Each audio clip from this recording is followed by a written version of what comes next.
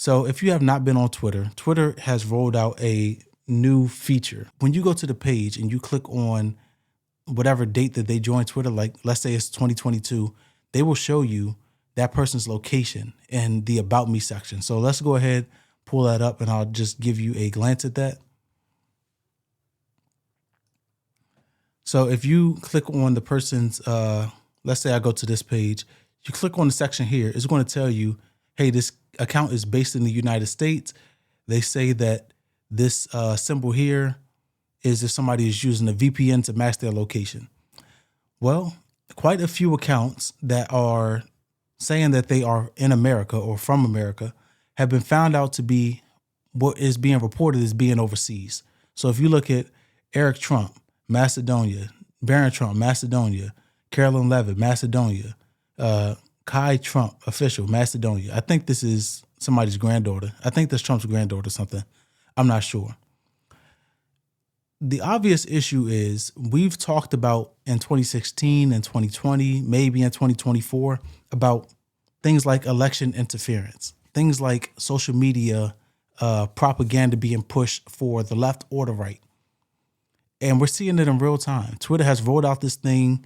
It's showing you where this information is likely coming from, where these pages are likely tweeting.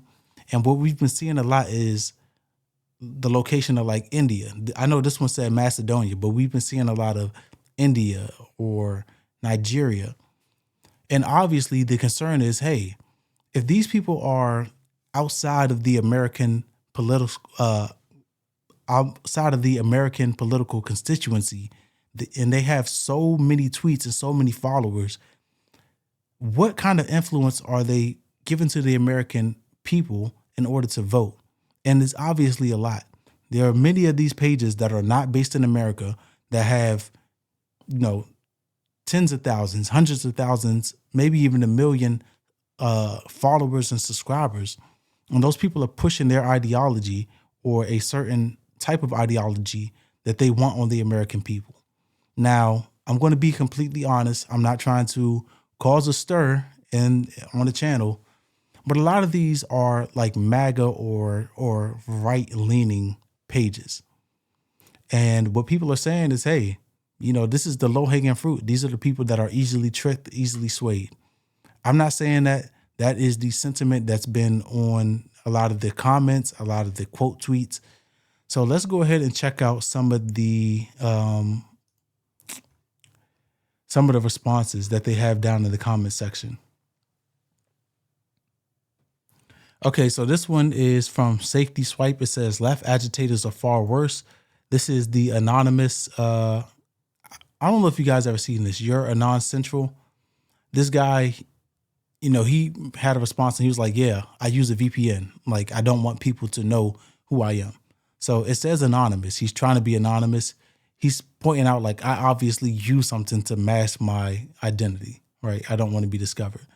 This is Alice Cole. I've seen this dude a bunch. They're saying that he's based in Canada. That may very well be true. It doesn't matter if you're, in Asia. It doesn't matter if you're somewhere else in the Middle East. It doesn't matter if you're up in Canada. You should not be influencing American politics. I'm sure all of these places have their own problems that are substantial and significant.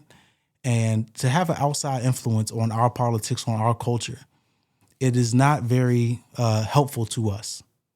We've got to solve our problems internally. Like in your house, you don't start asking people outside of your house for what decisions should be made with you and your family.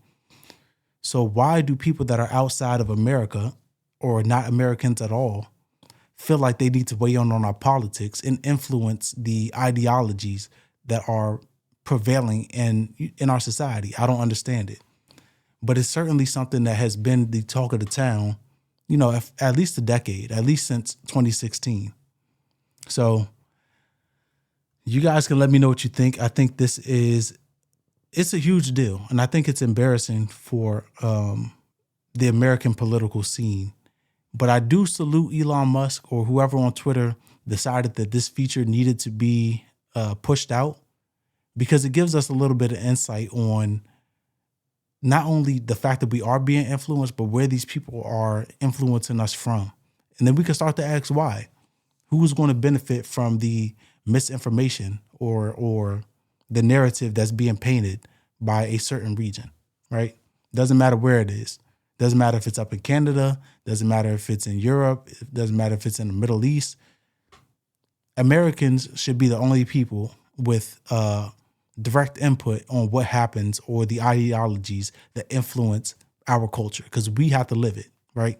We have to suffer the consequences or bask in the success of our elected officials. So I just don't like it.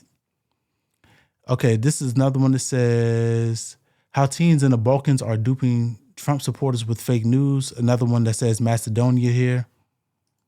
The cybersecurity industry sits on so many receipts for this.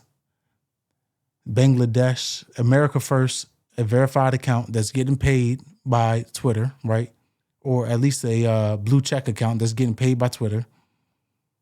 Don't even know how many users, how many subscribers they have. This one's from Russia, right? We talked about the Russian interference that was in the election. A lot of posts flooding social media, a lot of ideologies being pushed for what agenda, we don't know.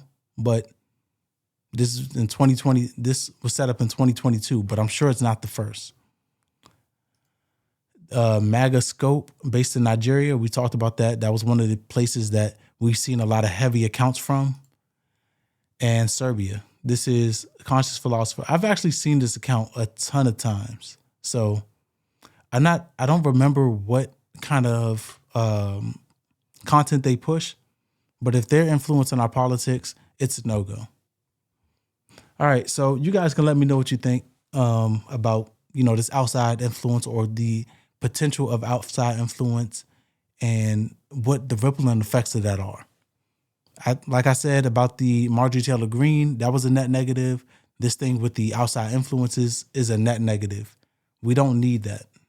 There's no reason that a conscious philosopher should be telling us what we should think or what Americans should feel about any policies that happen here.